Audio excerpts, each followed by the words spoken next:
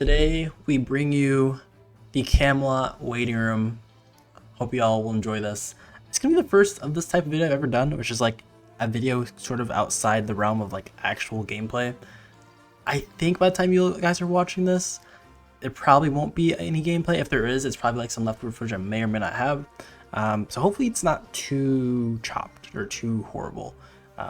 Anyways, let's go over Camelot. So Camelot is a new character that's going to be released, I think, this week as of global. And reason being bringing this video in particular is I actually have no clue what he does. I know he's very strong. I know people are saying a lot about him. I know he looks like Ryder, but also has same vibes. And when I say Ryder, I mean Ryder from the Fate series. Actually, Fate. I think Ryder does depend on the Fate series, right? I think it's Ryder from Fate's Day Zero, I think is the series. And on top of that, he also looks like Radahn from Elden Ring. And honestly, this is one of those designs that you just can't go wrong with, especially in the splash art. I'm getting heavy like Ganondorf vibes from like Legend of Zelda. So I do like the dark crimson aesthetic here. I think it works really well for the character, especially when it comes to the actual character sort of background, right?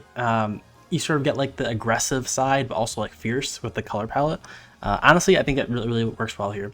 Also, he's like so massive. Like as a unit, he's just like, if you see his actual art for his photo, he just looks so wide. Like he's absolutely, like, get this, he's such a unit. Like he's as big as his axe. That is kind of wild. Like those are of course biblically accurate proportions, by the way. Yeah, this is wild. So awesome looking unit. So I had to just cover him, and unfortunately he's not out yet. So we're gonna cover him before he comes out on Friday. Okay, so at least as part of the mobility, honestly, he got quite low mobility, right? 3 mobility. If we look at like the top tier mobility units, we're thinking of things like, and this is of course me just thinking of my Afra, but like Afra's got 5 range. Of course, Afra's probably not the top tier mobility.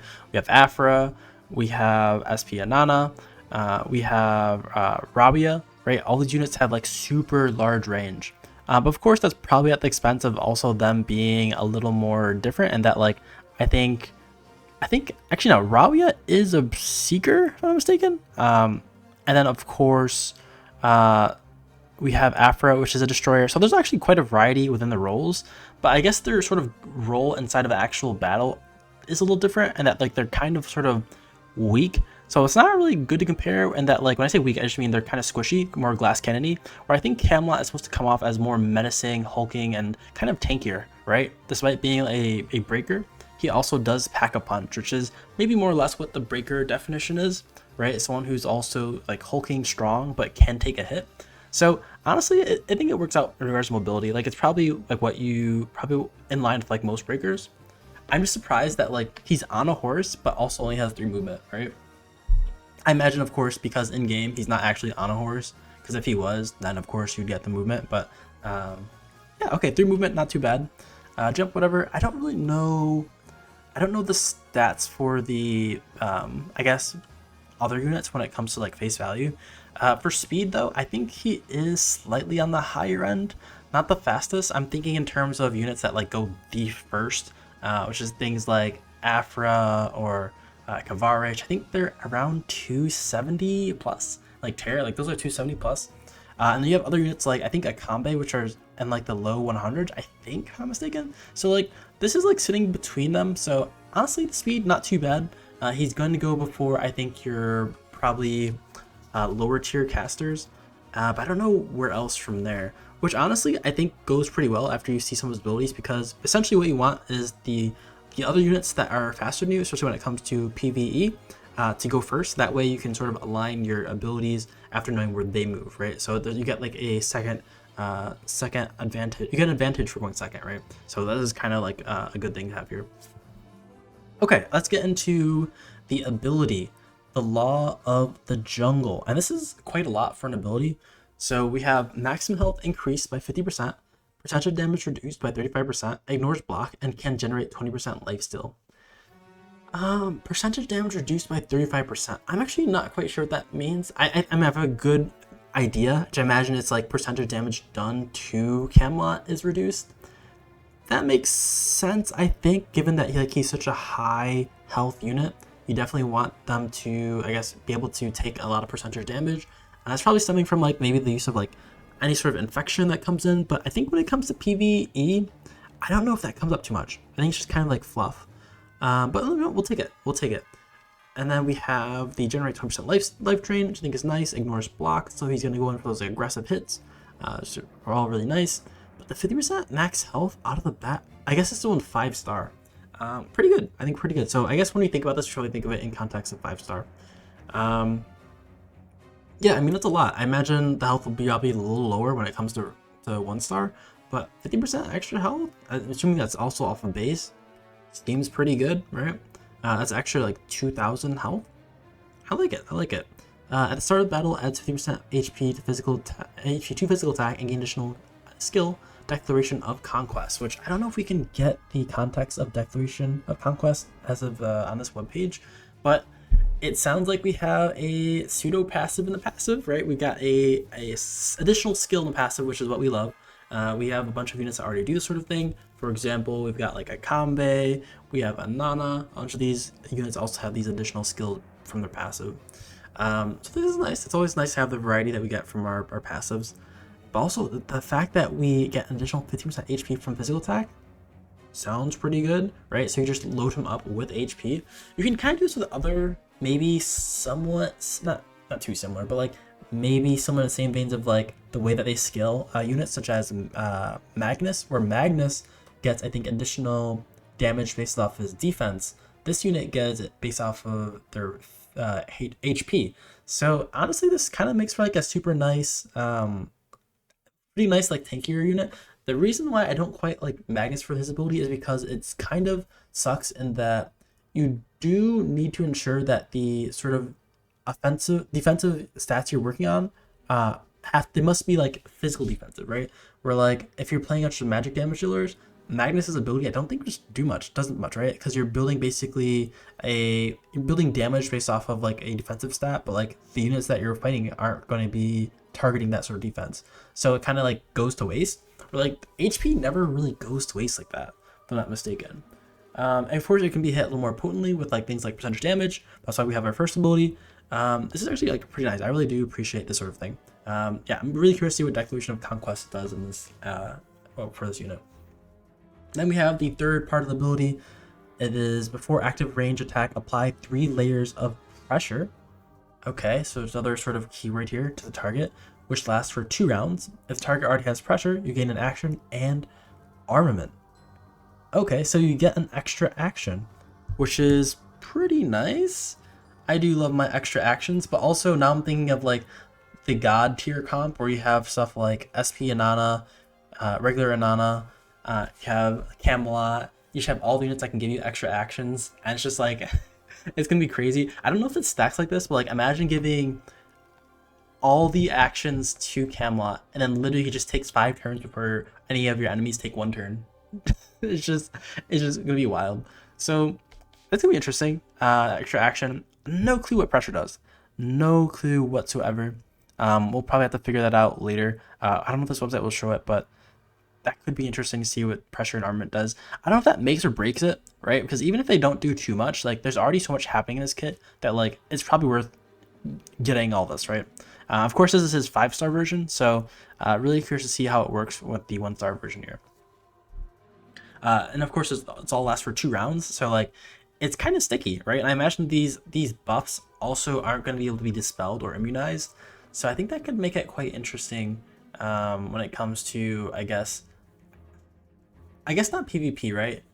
Because I assume if Camelot is that close, like the unit's already dead, like the buffs probably won't matter, or the US probably won't matter. It probably only matter in context for PvE, where like you don't want your enemies to cleanse these abilities. Yeah, it can be very interesting. And of course, I imagine these abilities are a little more pent up than like what you'd see like a regular like debuff down is, where if you see like a regular debuff down 1 or something like that, you just know like their defense is down by like 10%. Or, like armament might have like also debuff down by 10% plus an additional effect. So these are going to be super curious to see how these work out. And then restore 1 energy point up to 1 time per round. After first active range attack each round, gain physical shield. and he gains a physical shield equal to his health. Oh my gosh, that is quite wild. I think, yeah, as part of like being a damage dealer and a tank, like this is coming really close to it.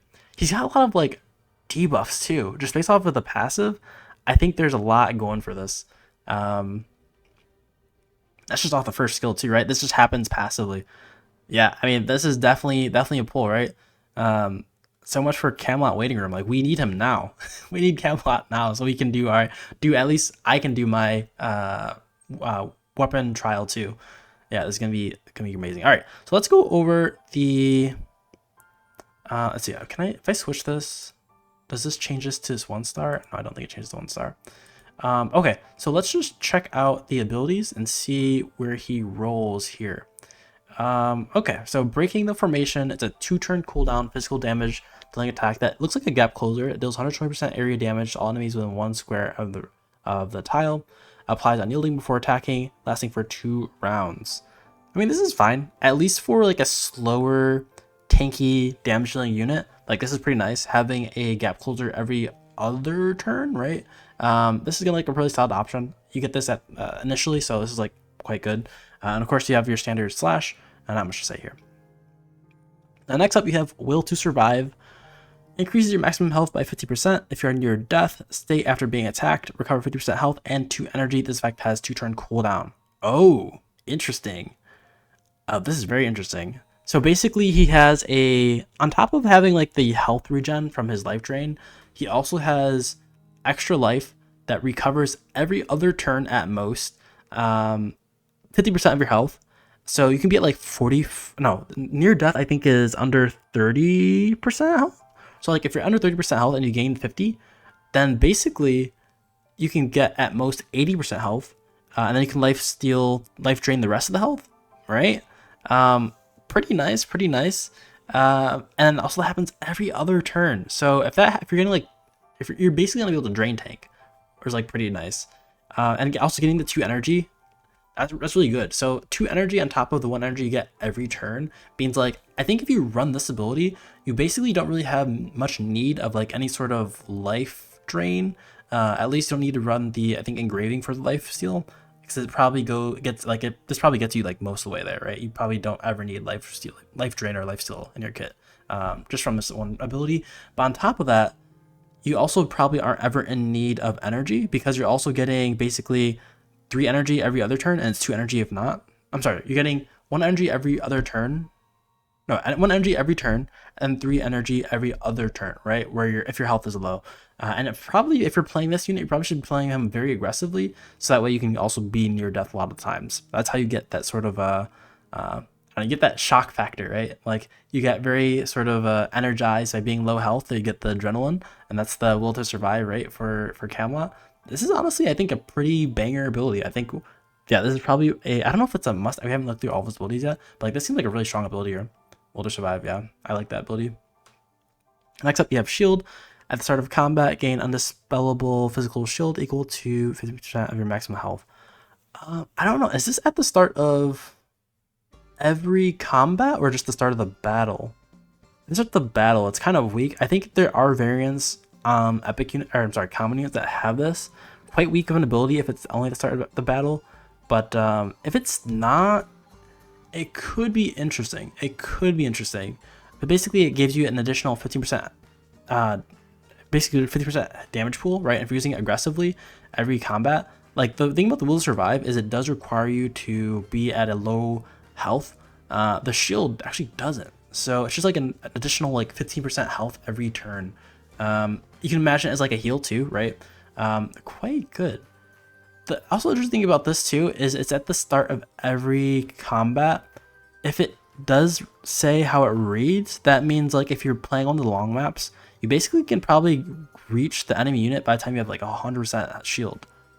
That's like really good, and you're healing up basically 50% of your maximum health with the shield every turn. Honestly, this seems like a banger too. Like this low-key does seem like a banger. The only issue with this one though, it probably is generally probably better than Will Survive. It doesn't give you the energy. And also you can play, this is like definitely like more conservative route too. I think it's interesting though. It's definitely an interesting pick on what to choose here.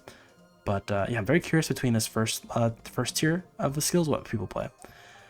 All right, next up we have the 3rd level, King of Ashes, physical damage. Deals 50% area damage to all enemies within 3 squares of the target. Steals 1 buff from the target before attacking. Applies 2 layers of pressure. Okay, keyword which you don't know about yet.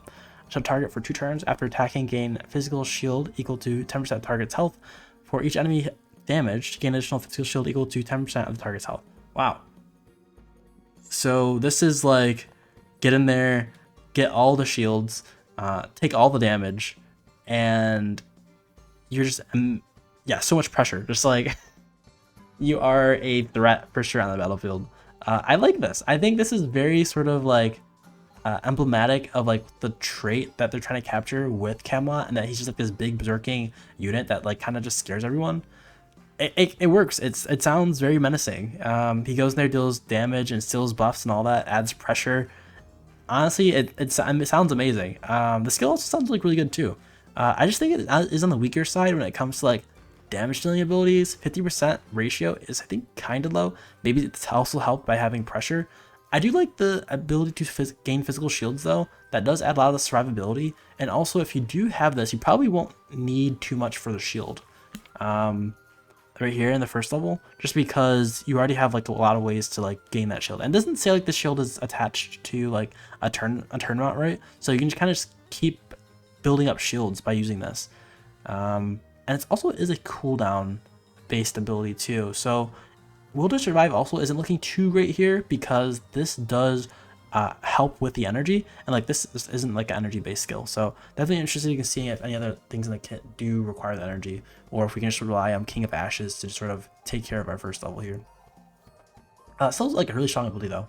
Has some good range. Okay, next up we have this on this 3rd level we have Locking Down on Everyone. So increases maximum health by 50%, recover 50% health at the start of an action. When attacked by an enemy with lower health than yours, become immune to immobilize and knockback before being attacked by a single target. Dispel all shield break effects on the enemy. Huh. I mean, it is giving you more health, and you recover a good amount of health. Oh, 15% health. So that's, I think, one... I forgot. There's a tarot card, a Tarot Whisperer, that does this basically. I forgot the name of it.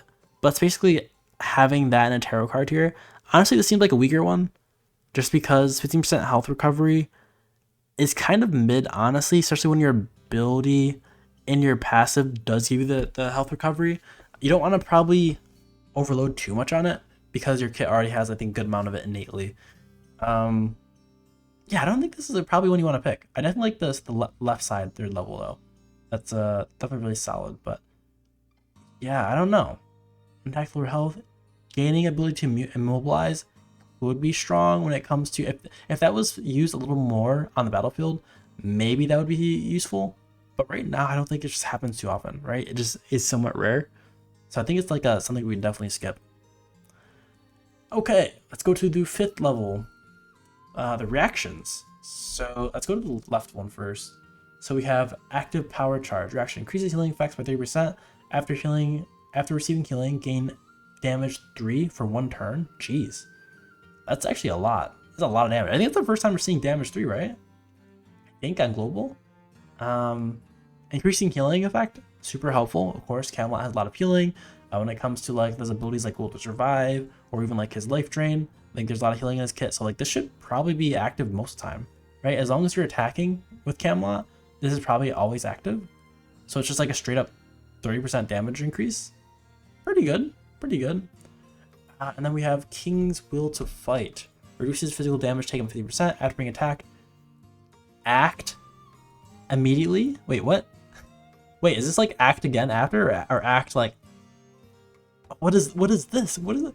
After being attacked, act immediately and recovers 30% of your health. When repelling effect is triggered, all debuffs on the player are dispelled. Cooldown 5 turns. Okay, so I imagine the act might just be like a mistranslation. Like it just attacks, right? It's like a reaction maybe? Reduce damage 50%. Oh my gosh. I think it actually is act again. Because the cooldown is so long, I think this actually is like an act again. So basically you have the ability to have another turn after being attacked. Hey, that is a pretty strong reaction. And plus, you already have like the additional 30% health recovery and 15% damage reduction. I mean, it's not really a choice, right? Like, I think an extra turn of damage will definitely always be stronger than the extra healing you get plus the extra 30% damage here. Unless you're like, I don't know, maybe too, no, not even like a far thing, right? It's just like, I feel like there's probably no case in which you ever do this active power change, right? The left reaction. I'm thinking of a case, I'm trying to think of a case right now. Unless you really can't do damage with a strong attack, like if you have to use your, like if you have slash on this kit, maybe? I don't know. It's hard to choose why you'd pick this one. Maybe if you're like not draining enough, if you're not gaining enough life, I guess you could pick this one. But again, I'm like, well, that means you just attack with an extra turn you get here, and it's basically like simulating another turn of like life gain, right? Like an extra 20% health. I don't know. I think you always get the King's Will to fight. King's Will to fight, and the so level 5 right and third level left. King of Ashes seem very solid, very solid. Okay, let's go to level 7. Lionheart Pride increases the attack of all Knight Alliances field by 10%. Defense of 50% when in a healthy state, damage is increased by 10%. If they have a physical shield, of 30% more health, attack is increased by an additional 10%. Okay, this is like a standard aura, I think. Not too much to say about this. That's cool. Then you have Judgment leading the way. I think this is his ultimate, I think. Maybe? Maybe not? I don't know. Probably not, actually. I'm thinking of it now. Maybe it's not. So this is an instant. Leaps to the target location, dealing 40% area damage to all enemies within a circle of the target. Then applies no reaction for 2 turns. After the attack, the skill changes to Judgment, thousands of troops rout. Wow. Which lasts for 2 turns. Okay, we don't know what that skill does, but I imagine it's strong. This is probably a pick. I feel like every decision or like skill that swaps or changes is a pick. I think it's a pick, right? It's always a skill you want to at least have your eyes on, and this is probably that skill. Yeah, I think you'd get the skill. I don't know what it does yet, but the fact that it's an instant, yeah, I think it's gonna be pretty strong. Okay, nothing to be said else about here. Let's go to the 9th level. We have Crush, 120% area of effect, physical damage to all enemies in 3x2, and target direction, knocking the first enemy back in each column by 1 square. For each additional enemy hit, the skill multiplier decreases 50% to a minimum 90%. Against the targets with 6 stacks of pressure, the skill multiplier is fixed at 120%. Wow. So, if anyone remembers, we had a skill like this with Magnus back in the day, but that skill is locked at a 70% multiplier, which is not the strongest compared to this. Which I guess isn't say much because Magnus is definitely a older unit. This is pretty good, I think. Considering that like even the left side attack, which I think is like energy gain, right? Charge energy if I fight back. This just like does probably more damage, like pound for pound, most of the time. Yeah, I don't know. Even for hitting one unit, right? This is just doing more damage. For 2 units, I think this is a subtractive, right? This is additively done, like the damage here. So I'm assuming you subtract 15% here. It's still more than the fight back hitting 2 units. Wow. Yeah, I think the Crush is, of course, a pick you go here. And then next we have the 11th set of abilities. Knight's Glory, which we've seen, something that Gloria has sometimes. Basically, you get a shield and some attack up. It's an instant. And you have the 5 spreads across the land. I don't know if that's a mistranslation. 85% area damage to all enemies within 3 squares to itself, applying no healing for 2 turns. I think this is something that August has, I think. Which is also not a skill that he uses too much. I don't think this is a skill August uses much. So I won't say too much about this, but I think we already know what skills we kind of want, to be honest. For example, we have, I think we want to get Judgment leading the way. We want to have King's Will to fight. I think we want King of Ashes and then Crush. So 1, 2, so really we're left with 1 more skill. I'm kind of torn, right? Like, is Will to Survive that good? I don't know. We don't really have any strong damage. So we don't have any strong reliance on energy, right? We don't have any like energy spenders on his skill kit, right? Everything is sort of locked mostly behind a cooldown. So I don't think we actually really need too much energy. So I can honestly see going for the shield here. Because I think like we probably aren't getting too much out of the energy from the will to survive. So we go like the shield on the right. And then we could go like King of Ashes, Judgment leading the way, King's Will to fight, and Crush. So we basically hug the right side of the tree after King of Ashes on the 3rd level. I think that's pretty good. I think that's pretty solid set here. Yeah, I think the kit is very, very strong. Okay, let's look at the Liberation Ascension skill. Physical defense increased by 10%, and physical defense damage received reduced, and physical damage received reduced by 20%. Okay, I mean, it seems pretty solid. Not much to say about this, other than like this probably seems like a valid Ascension skill to get. I'm also like a firm believer in like most of the damage dealt in PvE is physical damage. I don't actually have numbers on it, but like with that being said, this is probably gonna bring you a long way. Just because like he also doesn't have too much damage reduction in his kit, right? I think the reaction is the only damage reduction. Yeah,